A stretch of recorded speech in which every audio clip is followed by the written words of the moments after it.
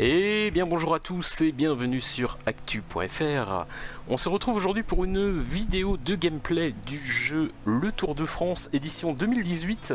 Alors c'est disponible depuis le 28 juin sur PS4 et Xbox One, sur console de salon, puisque sur PC nous avons un équivalent qui s'appelle Pro Cycling Manager, qui est davantage un jeu de gestion. Vous jouez un directeur d'équipe et là on va jouer tout simplement un cycliste.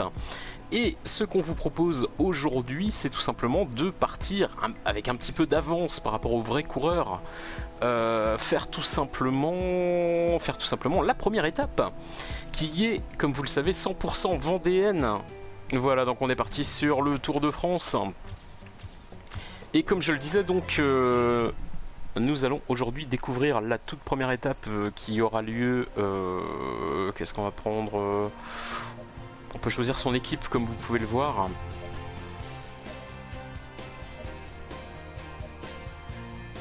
Allez, on va rester 100% vendéen, on va rester avec Direct Energy. Donc nous allons voir cette première étape, comme vous le voyez, Noirmoutier. On va longer le littoral par Saint-Jean, Saint-Hilaire, Saint-Gilles-Croix-de-Vie pour aller en direction des Sables d'Olonne, puis de Fontenay-le-Comte.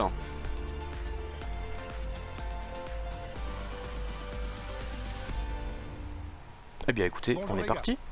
Bienvenue au briefing de cette première étape. L'essentiel à retenir aujourd'hui, c'est que le parcours est plat et sans difficulté.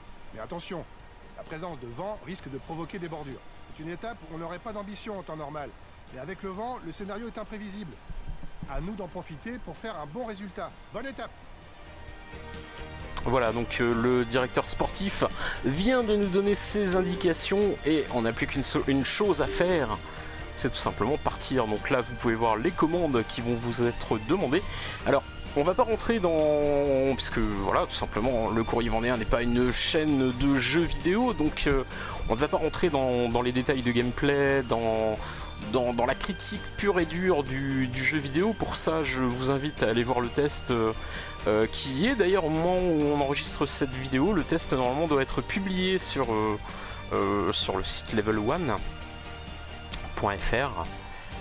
Là, on va s'intéresser beaucoup plus à l'aspect vendéen, à l'aspect visuel. Et mesdames et messieurs, bonjour. on commence à Noirmoutier. 100% vendéenne a de quoi faire frémir les coureurs. Avec un tracé longeant l'océan et une partie finale complètement exposée au vent, le risque de bordure est maximum. Il faudra être fort et malin. Alors on est pour parti. s'imposer aujourd'hui. On pédale. Wow. Voilà, donc en fait, comme je l'expliquais, ce qui nous intéresse aujourd'hui, c'est un petit peu de voir le rendu graphique, la modélisation de ces villes que vous connaissez, puisque vous y vivez. Et pour avoir déjà pas mal poncé le jeu dans le cadre du test, on va attaquer un petit peu, parce que là on commence à s'ennuyer. Voilà, on va pas trop s'épuiser dès le départ, on va se coller à un autre coureur. Alors, la remarque que je me suis faite lorsque j'ai découvert le jeu, c'est que en termes de réalisme, on est très très loin de... comment vous dire? Là, on est censé être sur une 2x2, on est bien d'accord? On reconnaît le château d'eau de Barbâtre, ou pas. Et l'autre devant m'a complètement largué. On va remonter un peu, en essayant de ne pas trop s'épuiser, puisqu'on a quand même 180 bornes à faire.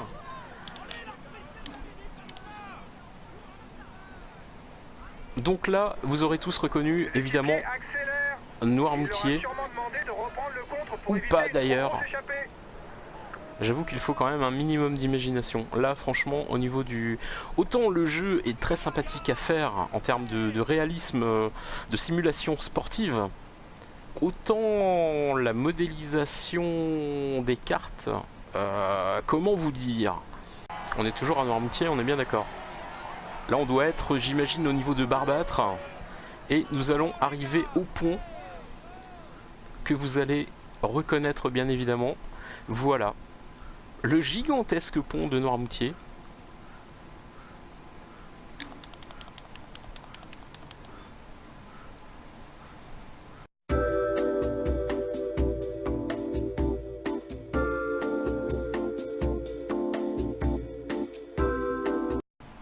Il y a un petit effort, on reconnaît un petit peu la forêt de Mont ou ce qui y ressemble. Après, ouais, le tracé, bon là on reconnaît le grand virage après le pont. C'est un coureur qui affectionne les bosses courtes. Ses Après- capacités en haute montagne sont relativement limitées. Après vous reconnaîtrez que le pont c'était pas tout à fait ça. Mais le pire reste à venir. Le parcours du jour est totalement plat. Il n'y aura donc pas de points à se disputer pour le classement de la montagne. Donc là on imagine qu'on est à la barre de Mont.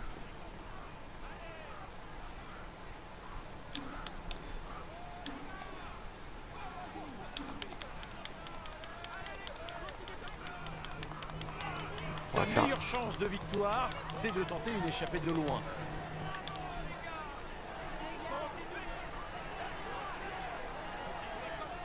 Alors là j'avoue que je suis sceptique. Si on est à la barre de Mont, je ne vois pas comment on peut arriver à cet endroit-là en arrivant du pont. On est bien d'accord. Alors après pour le reste, le jeu est quand même assez chouette, assez joli. Les animations des cyclistes sont plutôt crédibles. Hormis les problèmes de proportion au niveau des routes et au niveau des villes également. Ce qui est assez choquant, vous le verrez par la suite, c'est de traverser une ville comme Saint-Jean-de-Mont ou Saint-Gilles-Croix-de-Vie qui se résume à un petit groupe d'une dizaine de maisons. Pas forcément bien réparties sur la carte. Ça fait un petit peu bizarre, je le reconnais. Nous sommes à Notre-Dame-de-Mont. Voilà, c'est confirmé, c'est écrit en haut à gauche. Notre-Dame-de-Mont que vous avez bien évidemment tous reconnu. Non. Alors il y a un autre aspect qui est fantastique, c'est dans le public, le « Allez les gars », vous allez l'entendre un nombre incalculable de fois.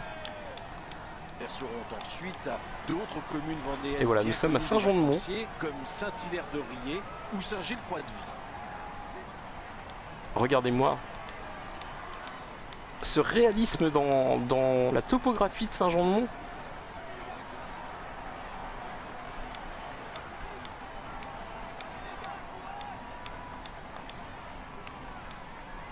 Cette grande ville de Saint-Jean-de-Mont qui est relativement étendue. Et là, on arrive déjà à la sortie.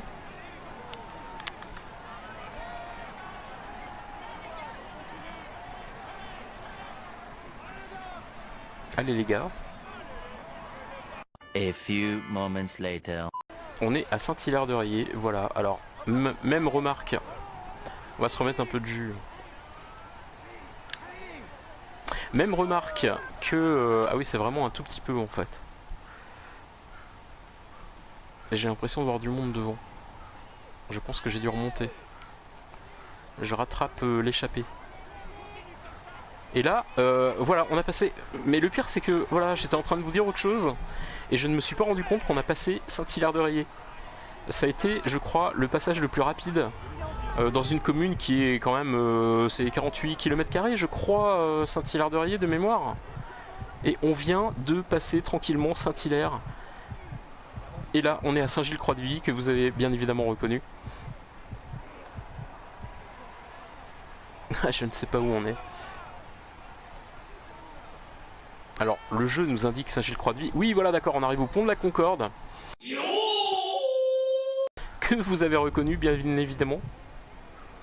C'est l'emplacement des quais, peut-être, qui est un petit peu bizarre. Mais je vous assure que là, on est à Saint-Gilles-Croix-de-Vie. On est où? J'ai du mal à me repérer. Logiquement, on ne devrait pas être très loin de Bretignolles. Je ne sais même pas si on l'a passé ou pas.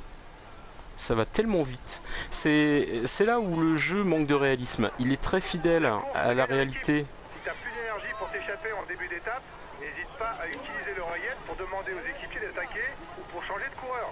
Oui, c'est vrai. C'est des choses qu'on peut faire aussi. On peut faire appel à ses petits camarades. J'étais en train de vous dire que... Tais-toi. J'étais en train de vous expliquer que, en termes de simulation sportive, comme je le disais tout à l'heure, le jeu est plutôt intéressant. En fait, on doit gérer plein d'aspects, que ce soit la fatigue ou tout simplement la stratégie d'équipe.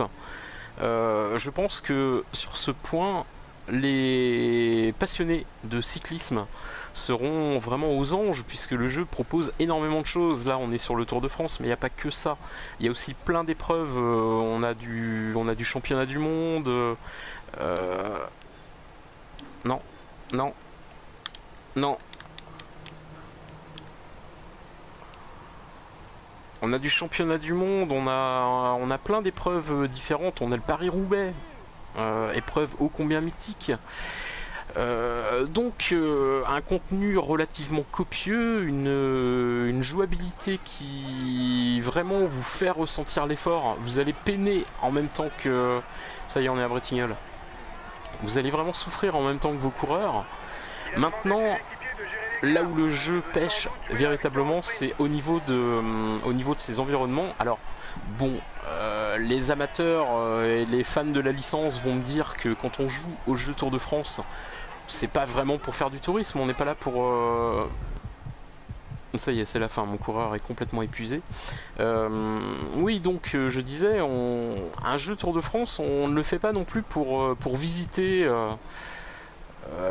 les environnements. Maintenant, c'est vrai que cette première étape vendéenne, franchement, en termes d'immersion, parce que malgré tout, la représentation des décors joue aussi sur le ressenti qu'on va avoir en termes d'immersion. Et là, franchement, il faut reconnaître que on est très très loin du compte. Et c'est incompréhensible en fait, parce que on peut comprendre que le studio, je l'ai pas dit d'ailleurs, mais le jeu est développé par un studio qui s'appelle Cyanide, qui est basé à Nanterre. C'est donc un studio français qui développe le jeu. On n'est pas sur un jeu japonais ou américain. On peut comprendre que ce petit studio qui n'a pas forcément des gros moyens ne puisse pas forcément faire le déplacement pour aller visiter toutes les étapes du Tour de France. On comprend très facilement que ce serait un boulot énorme. Maintenant, ce qui est curieux, c'est que la plupart des villes qu'on a traversées qui n'étaient pas franchement bien modélisées, c'est des images qu'on retrouve assez facilement, ne serait-ce que sur Google. Et il suffit de faire une petite recherche sur internet pour voir des représentations de cette ville. Google Maps vous permet même de vous balader en 3D dans ces villes. Donc c'est pour moi, en tant que joueur pas forcément fan de la licence Tour de France, j'aime bien mais je suis pas un accro. Mais ayant vu d'autres jeux vidéo où on peut avoir des décors comme ça qui sont modélisés et qui sont représentés le plus fidèlement possible, j'ai beaucoup de mal à comprendre en fait, puisque pour un jeu Tour de France, c'est quand même... Enfin, je veux dire, le Tour de France, c'est en partie aussi pour ça qu'on l'aime.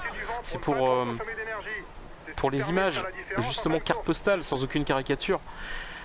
Pour les images carte postale qu'il véhicule, c'est une image, c'est une représentation de la France. On voyage avec le Tour de France. Et là, c'est très étrange en fait. On voyage dans un autre monde, dans une autre dimension. Voilà, écoutez, cette vidéo, on ne va pas la faire plus longue. Ce serait inutile. Donc là, on va aller tranquillement jusqu'à Fontenay-le-Comte, sans vouloir vous gâcher la surprise concernant les Sables d'Olonne ou toutes les autres communes qu'on va traverser. Ça va être la même. D'ailleurs je me demande si là on va pas... Je pense qu'on va arriver dans pas très longtemps au Sable d'Olonne et ça va être la même en fait. Vous n'allez pas vraiment reconnaître les environnements, ça pourrait être n'importe où en fait. Et c'est le problème, c'est que quelque part, alors j'imagine que les gens qui habitent sur d'autres communes traversées par le Tour de France, pas forcément en Vendée d'ailleurs, mais sans doute attendent-ils la même chose. Et là c'est le côté un petit peu décevant, c'est que on ne se sent pas vraiment en Vendée en fait. Alors après il y a des épreuves de montagne, il y a plein d'épreuves sur le Tour de France comme dans le vrai. Mais là franchement le gros problème de ce jeu c'est que même si bon les environnements sont chouettes, on a vu pire. C'est plutôt pas mal en termes de modélisation, même si c'est un petit peu vide, ça manque un peu de détails. Je pourrais vous montrer d'autres jeux vidéo où ça fourmille vraiment de détails, les représentations sont vraiment très très chouettes. Là ça y est, on est au Sable d'Olonne. Et le problème voilà, c'est que dans ce jeu, je ne me sens pas plus en Vendée que n'importe où ailleurs en fait. Alors il y a les tuiles rouges qui nous rappellent qu'on est au sud de la Loire. Mais là par exemple les Sables d'Olonne, ben je me sens pas vraiment au Sables d'Olonne en fait. Crevaison, crevaison. Non, je déconne, c'est pour réveiller le mécano. Ok.